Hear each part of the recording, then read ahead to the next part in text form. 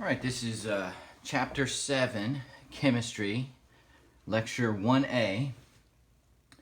And for this lecture, this part of the lecture is not in your textbook.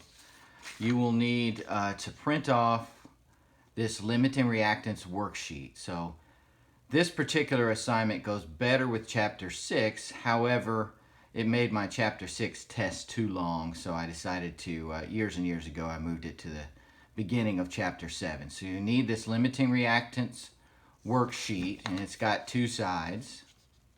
All right. You'll need your periodic table, and you'll need a calculator. All right, so we've mentioned how what a limiting reactant is that it's the reactant that runs out first in a chemical reaction. Remember, the reactants are on the left side, the products on the right side. All right, so number one, this will be an example for you to work number 2 as homework. But determine how many moles or grams of product are formed and identify the limiting reactant. Also determine the number of moles of excess reactant remaining. Okay, so what we're going to do is figure out, we've got 5 moles of hydrogen, 2.3 moles of oxygen. We're going to see which one's the limiting reactant, which one stops the reaction first. And that's going to tell us how much product is made. And then the excess reactant, the one that's not the limiting reactant, we're going to see how much is left over at the end. All right, and after we answer that, we're going to answer a secondary question. If 3.9 moles of H2O are actually collected, H2O again is our product, what's the percent yield? So I'll show you how to work that when we get there. Okay, so I'm going to go ahead and write the reaction right here. So we have 2H2 plus O2, and that makes 2H2O. And we're starting with 5 moles of H2 and 2.3 moles of O2. Okay, so this is just a stoichiometry problem. We're going from moles to moles, okay? So this is just a two-stepper. So first let's analyze H2.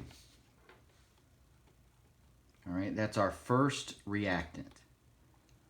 So we want to see if you have 5 moles of H2, how many moles of water are made. So we've got 5 moles of H2. That over 1. And then we use the stoichiometric coefficient. We're just going to see how much product. So we have 2 moles of H2O. Again, we just use the coefficients. And go up and to the left, what are we getting rid of? H2. There are 2 moles, all right? Coefficient is 2 moles of H2. So that's 5 times 2 over 2. That's going to be this amount. 5 moles of H2O will make 5 moles of H2 will make 5 moles of H2O. All right, let's take a look at the other reactant, O2. We start with 2.3 moles of O2. That over 1. How much H2O does O2 make? Well, 2 moles of H2O. And our coefficient in front of oxygen is 1, so 1 mole of O2. So 2.3 times 2 would be 4.6 moles of O2. All right, what you do, the limiting reactant is the one that makes the lesser, not O2, I apologize, erase that, H2O. All right, so O2 made less H2O than H2 did. That means this is the amount of product formed, and O2 is our limiting reactant. Okay, so now we can figure out O2 is limiting. H2 is excess. That means there's some left over. All right, so the way we figure out the excess H2 is that we start with the amount of product made, 4.6 moles of H2O,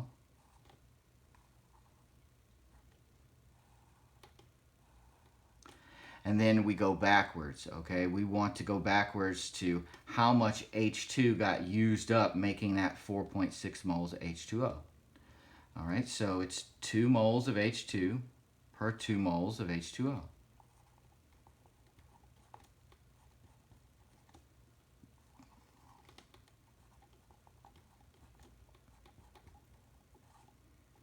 Again, what do you put on top? What do you put on bottom? I'm trying to figure out how much H2 got used up. So H2 has to go on top. We start with 4.6 moles. We start with not 5, but 4.6. That's how much product got made because O2 stopped the reaction early. All right, so that's going to be 4.6 moles of H2 got used. All right, so how much is left over?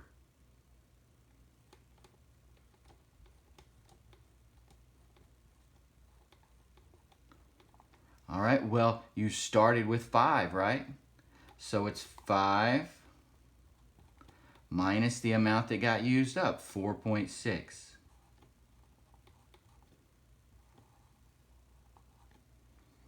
So you would have at the end of this reaction, all the O2 got used up. It was the limiting reactant, but you had 0.4 moles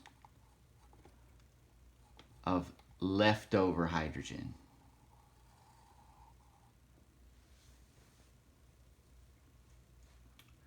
Okay, and then the last part of the question says, if 3.9 moles of H2O is actually collected, what's the percent yield?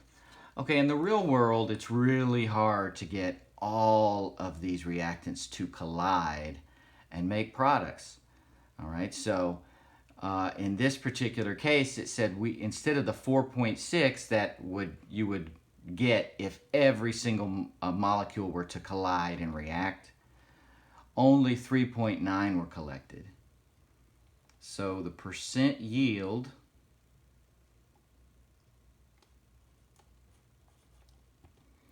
what you do is you take the actual divided by the theoretical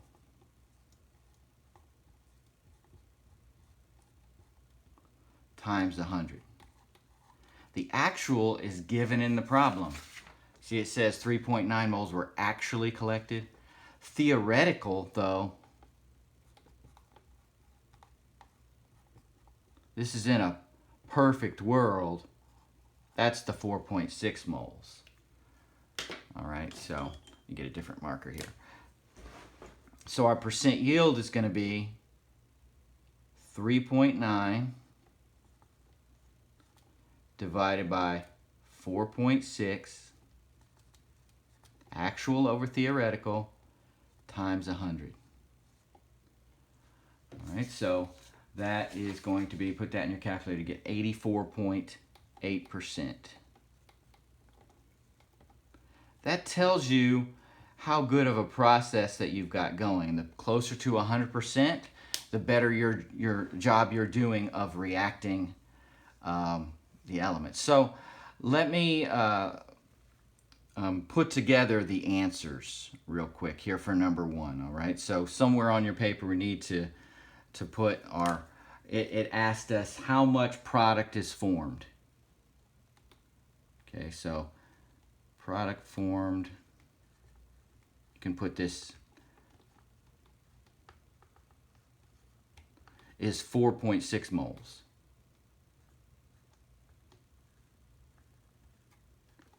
The limiting reactant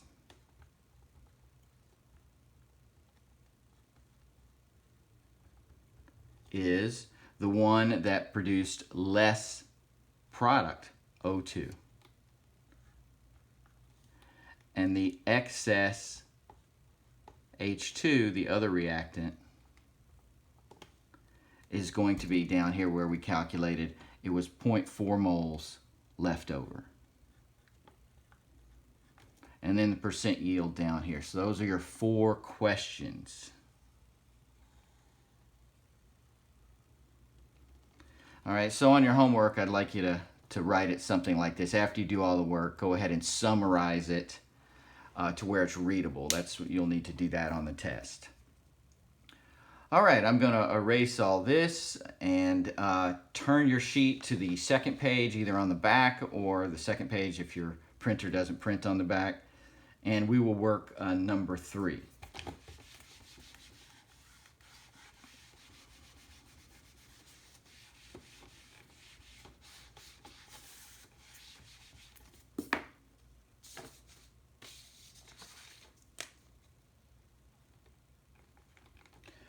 All right, now number 3, this time we're given grams. So instead of just a 2-stepper, we have a 4-stepper. So you're going to want to start on the far left of your paper.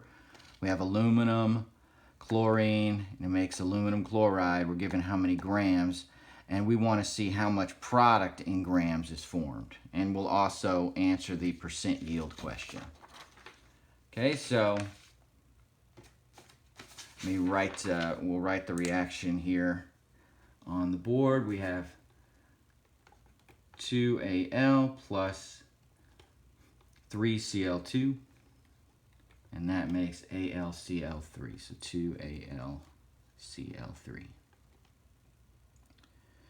And we're starting with 146 grams of aluminum and 284 grams of chlorine. All right, first of all, let's test out aluminum. So you start with 146 grams. All right, and we're seeing how much product, how much aluminum chloride is going to get made.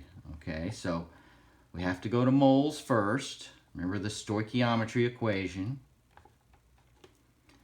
Add up aluminum, or look at aluminum, the weight on the periodic table. That's 27 grams per mole. And that's from the periodic table. Now we're going to do the stoichiometry. 2 moles of AlCl3 over 2 moles of aluminum. Okay, that's our stoichiometry where we use the coefficients. Now we're into the moles of product.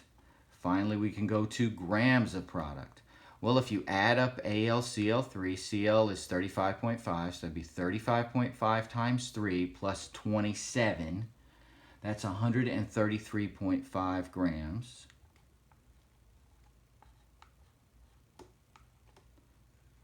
And you want to know what to get rid of, up to the left one, per 1 mole of AlCl3. Remember, when it's moles and something other than moles, the 1 always goes by the moles. Okay, like here and like here. Okay, so 146 grams of aluminum will make 721.9 grams of aluminum chloride. All right, we don't know if that's the answer or not. We got to test the other reactant. So 284 grams of Cl2. All right, first we have to switch that to moles. All right, at 2 Cl2s would be 71 grams. It's from the periodic table. Let's do the stoichiometry. We're going to 2 moles of AlCl3. Remember, we're starting out with 284 grams Cl2. How much AlCl3 does that make? And then per 3 moles, use the coefficient of Cl2. All right, now we can go to grams of AlCl3. You don't have to add that up again. You added it up in the previous section. You know it's 133.5. or 1 mole.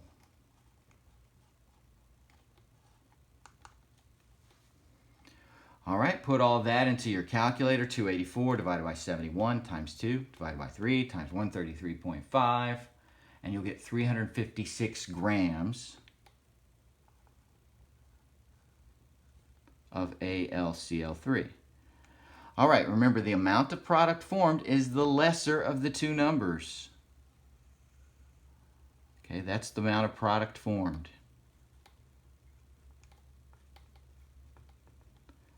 Which of these two reactants is the limiting reactant? The reactant that forms the lesser amount of product. That means it ran out first. All right, so this is limiting.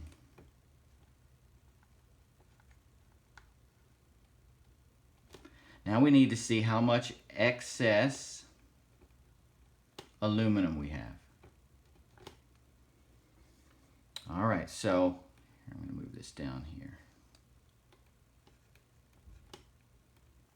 So we start out with the amount of product formed, 356 grams of AlCl3. And I'm going to work backwards from grams of AlCl3 to grams of aluminum. All right, that'll tell us how much got used up when we made this 356 grams. All right, 1 mole of AlCl3. You've already added up the weight of AlCl3. It's 133.5. So just look back up at the work you've already done.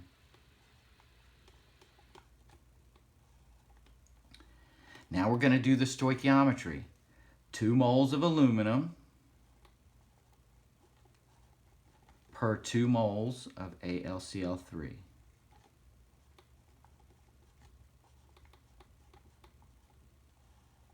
Right, and remember, we're going to aluminum, so aluminum goes on top.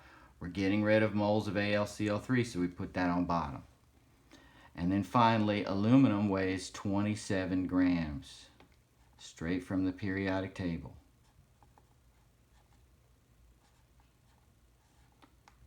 All right, when you put that through the calculator, you'll see that 72 grams of aluminum got used up.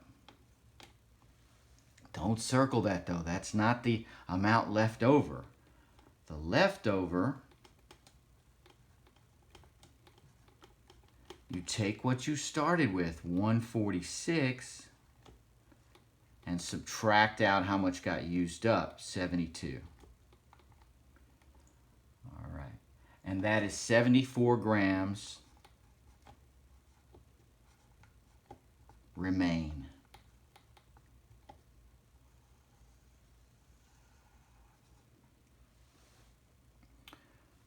Okay, so now we need to figure out the last question, the percent yield. It says if 310 grams of AlCl3 were actually collected, what's the percent yield? So percent yield, remember it's the actual amount. That's always given to you in the problem, 310 grams. What did your math tell you was the theoretical that you should have made if every single part of the reactants collided and made product? That would be 356 grams. Times 100, you'll get a percent yield of 87.1%.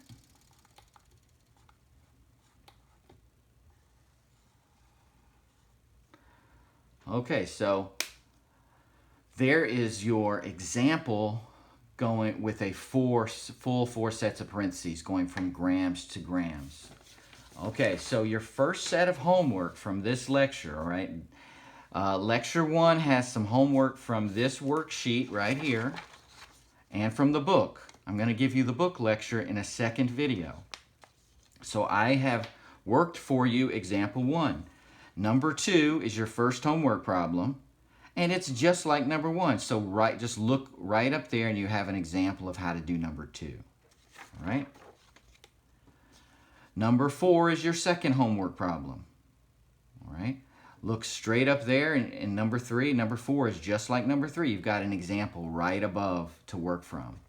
Okay, so you don't even have to look back in the book. You just look right on your worksheet if you filled it out from this video. All right, that's video number 1 for lecture 1. I'm going to do a second video. Make sure you watch that and you'll get some homework problems for the book for that. If you're watching this in 2020, this assignment is going to be due on Wednesday. All right? And I'll talk to you next video.